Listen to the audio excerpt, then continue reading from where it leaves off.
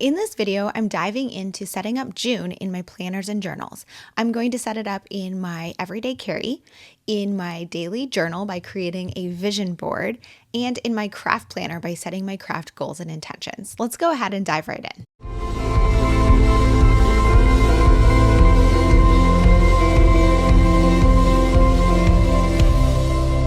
Hi, this is Linda and welcome back to my channel, or welcome if you're new here.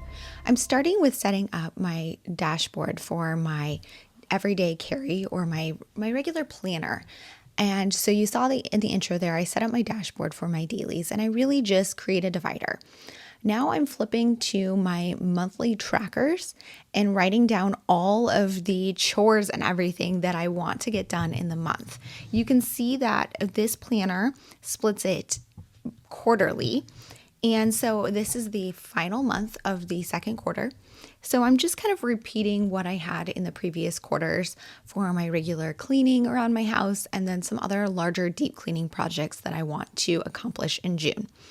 The way that I document these in here is I use my dot marker, which you see me using there from Zig, and I create a bullet point and then list out all of the items I want to do. Once I've done something, I will write the date on top of that bullet point using the number of the date. So because these are all in June, I know it's going to be in June. If I accomplish something, for example, on June 1st, I will write a 1 inside the bullet point. And that way I know it's been accomplished. From looking at April and May, you can see that I didn't really accomplish most of the things I set out to do.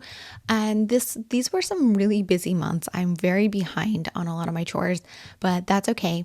Hopefully I will catch up a bit in June and then I will have a fresh quarter start in July.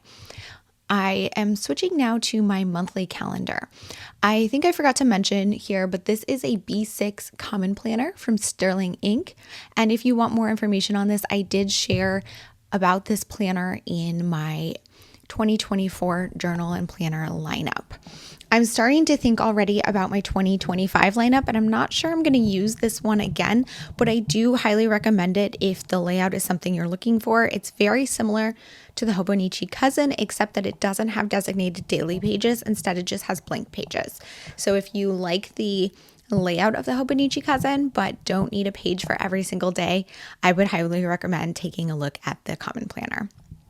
On my monthly spread, I use this as an actual calendar for future planning. So you can see that I have written out all of my appointments and meetings. In the beginning of this section, I had whited out a trip to New York City because it had been canceled. That was for work. I travel for work quite a bit, and thankfully I was able to cancel that one. So this trip or this month is going to be slightly less busy than was originally anticipated, which is great because I really need a slower paced month as we ease into the summertime. A lot of the things that I put on my sidebar here are repeated from that quarterly page. I understand that some people might feel like this is repetitive, but for me, it really helps me accomplish more if I see it written in multiple places. And then if I accomplish something, I have multiple places to go check it off. And I get that little burst of accomplishment every time I check it off, even though it's the same task. I also like just having it in this different format because it does give me a different perspective. Looking at this page, I see the month on its own.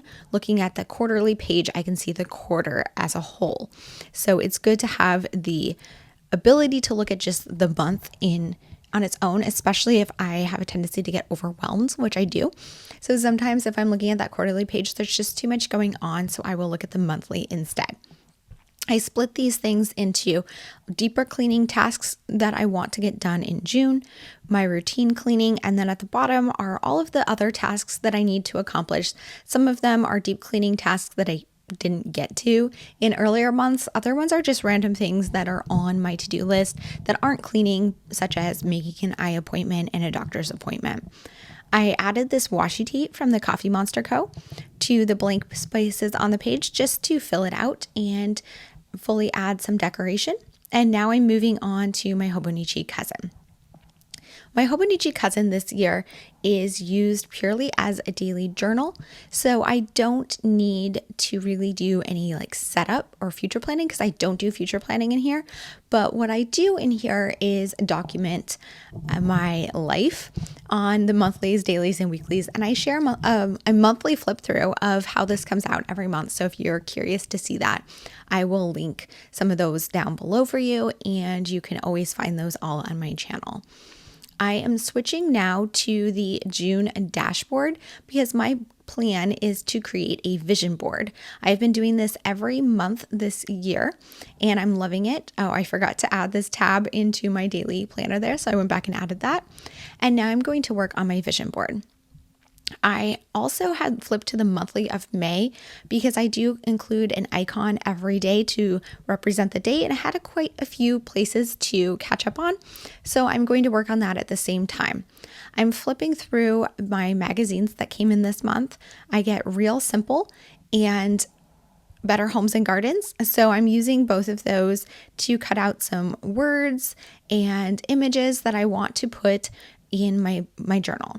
Some of them I'm cutting out specifically for my vision board for this month. Other things I'm cutting out because I feel like they would be good in my monthlies or elsewhere in my journal. This Real Simple this month was kind of weird. It was like upside down, and I realized that it had like an upside down front cover and back cover, and I had been looking at the wrong one all along thinking that was the actual front cover, but whatever. So anyways, I'm moving on. And I'm just flipping through the magazines, reading some of the things as I get to them, cutting out words, cutting out images, and thinking of all the various things that I might want to use these magazine cutouts for. I sped this up a little bit because I did kind of leisurely look through the magazine. I really enjoy this process every month, and I'm just watching a show in the background. I'm currently working my way through Degrassi: The Next Generation. Again, I love that show. If you haven't seen it, it's a great one. You also saw there I cut out some alphas and put them into my alpha box. I have a box of all the different alphas because I like to use magazine cutout alphas in my journal pretty frequently. Anytime I see just a large font that I really like, or a font that has some like rarer letters, ones that are harder to find, I will cut it out and add it to that as well. I'm just going through and cutting out various words and everything. And I'm going to go ahead and put some music on while I finish up this process, and then I'll pop back on.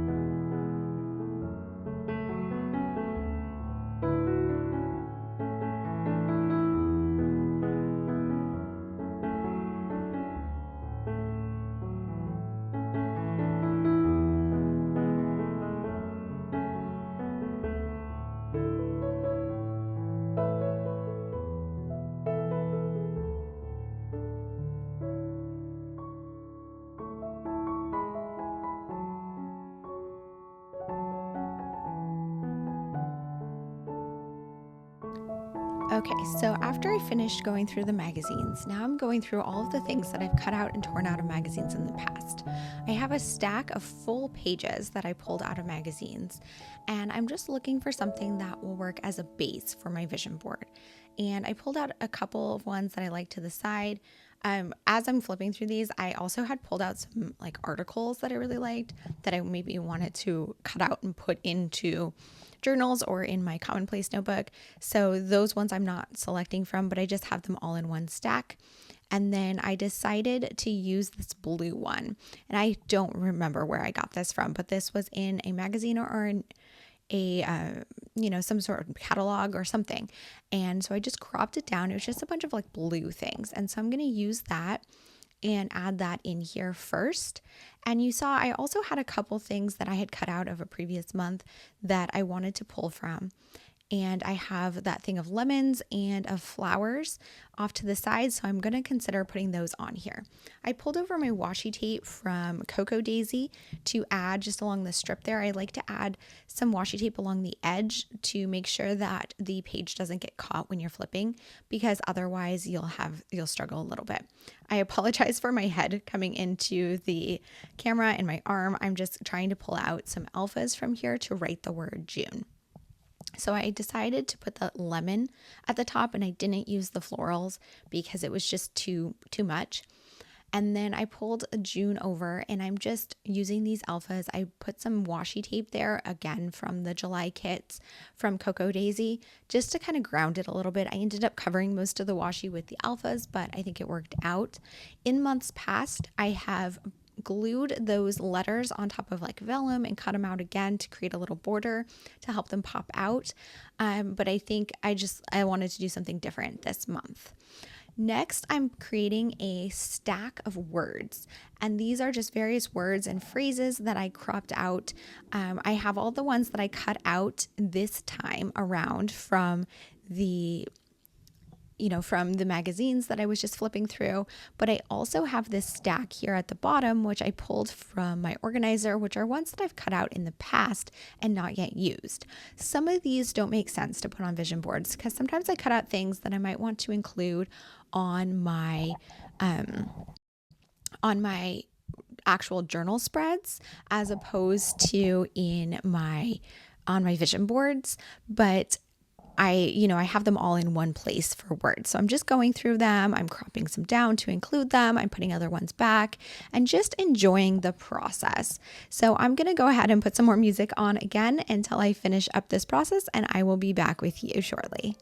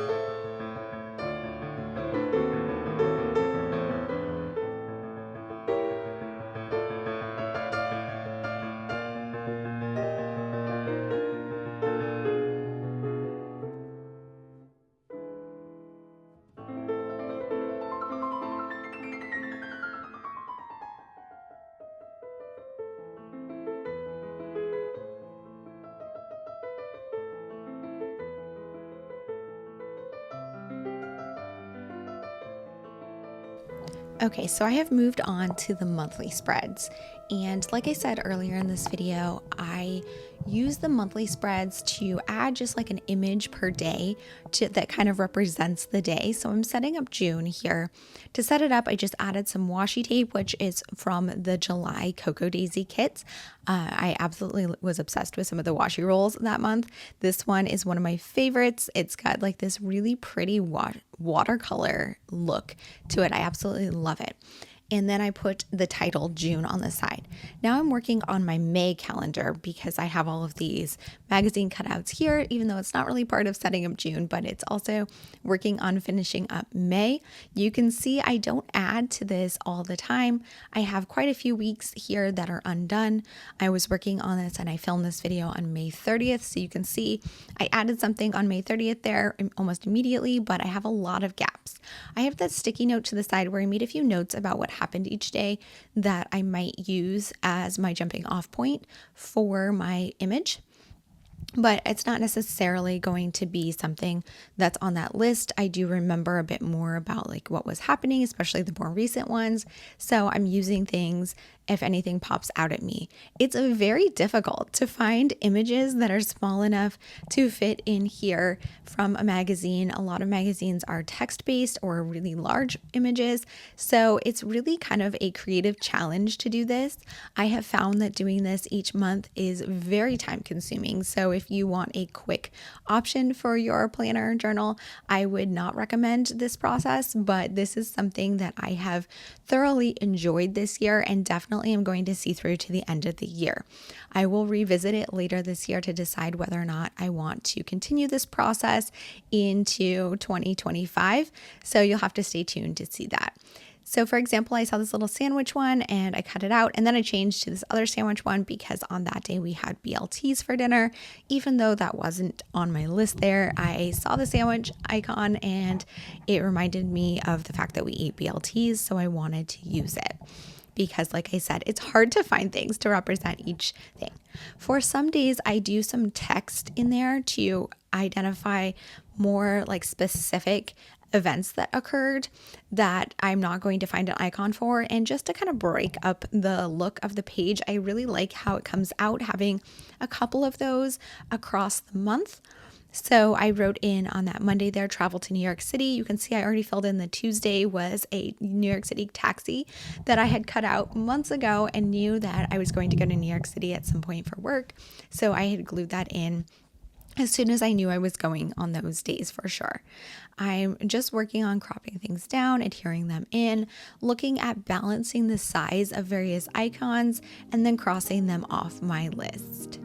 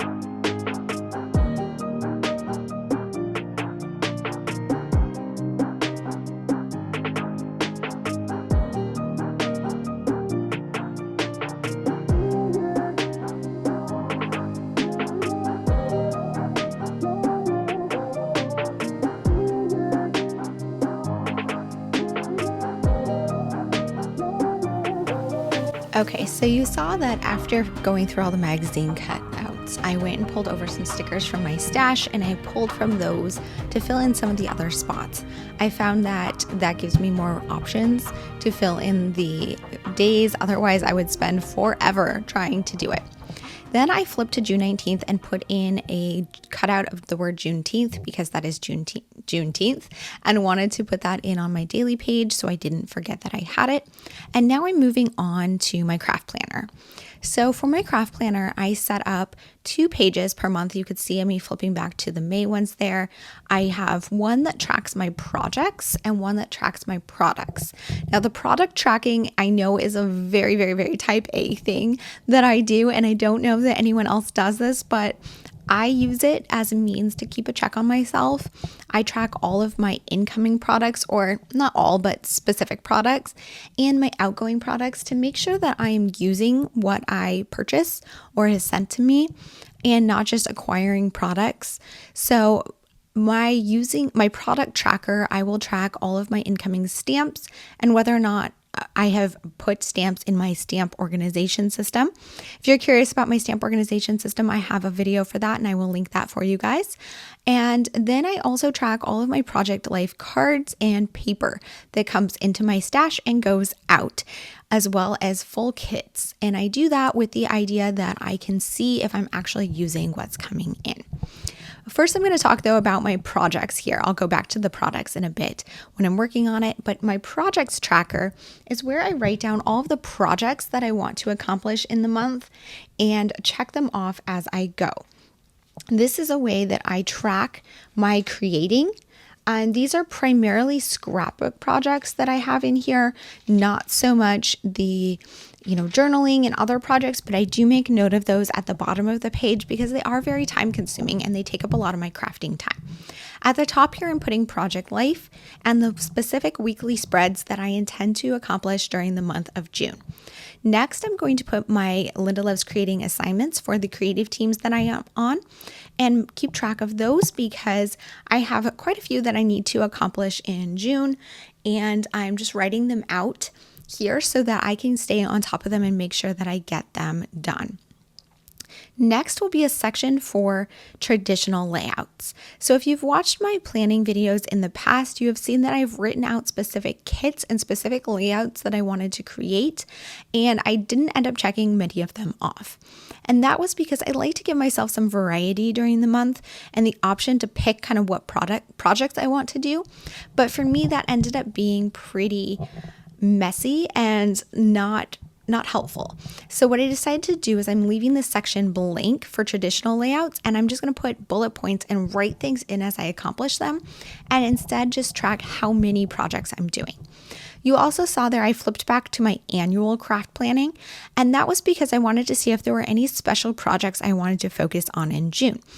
I had designated June as time to continue working on my week in the life and finishing that project, but I had in fact finished it during the month of May, so I didn't need to put that on here. I considered doing a mini album. I have some travel ones I want to complete, but I decided instead I wanted my focus to really be on catching up on my traditional layouts. So that would be story kits and other traditional layout projects using Cocoa Daisy and other products that I have in my mini albums or my daughter's album, for a variety of those. So I left a long list for bullet points to write those in, and I will fill that out as I end up getting to them. Now I'm creating my trackers for my products, and I'm using the May trackers as a guide for how I want to lay these out on the page, but I'm using the color yellow for June as opposed to the blue that I used in May. I'm creating boxes here to track my products coming in and out. Like I said, I track my stamps and my kits, my project cards, which are Project Life cards, and my papers. And then I have a section to write down all of the projects that I do during the month. And I will just write them out as I create them and log them on here. So I have a visualization of how many things I actually did during the month. Sometimes I feel like you feel like you're not creating that much, and you really are, because there's just way more that you want to get done. So having this list at the end of the month helps me really visualize whether or not I got a lot accomplished. I'm not going to put my starting numbers in and out for June and the end of May because today is May 30th when I'm filming this, and I am going to craft on May 31st, but I will add those in later. I hope that this was helpful for you guys. I'm going to put some music on and finish this up.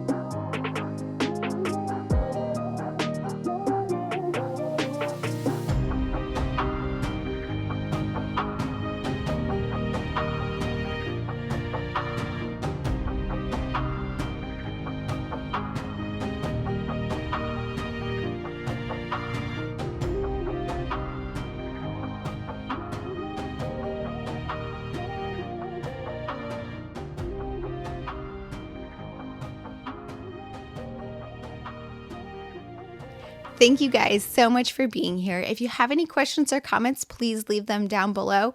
And as always, I hope to see you guys all in the next one. Thanks. Bye.